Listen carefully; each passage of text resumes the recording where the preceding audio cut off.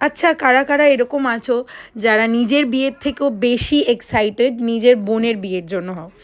তো আমার 15ই ডিসেম্বর আমার বোনের বিয়ে ছিল। তো বোনের বিয়েতে সাজবো না তা তো হয় না। তো বিয়ে ছিল হচ্ছে বর্ধমানে।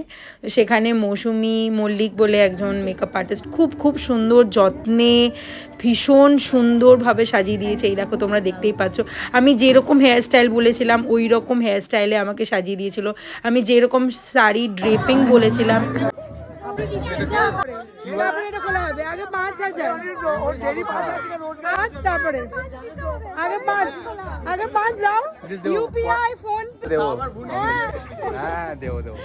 সবাই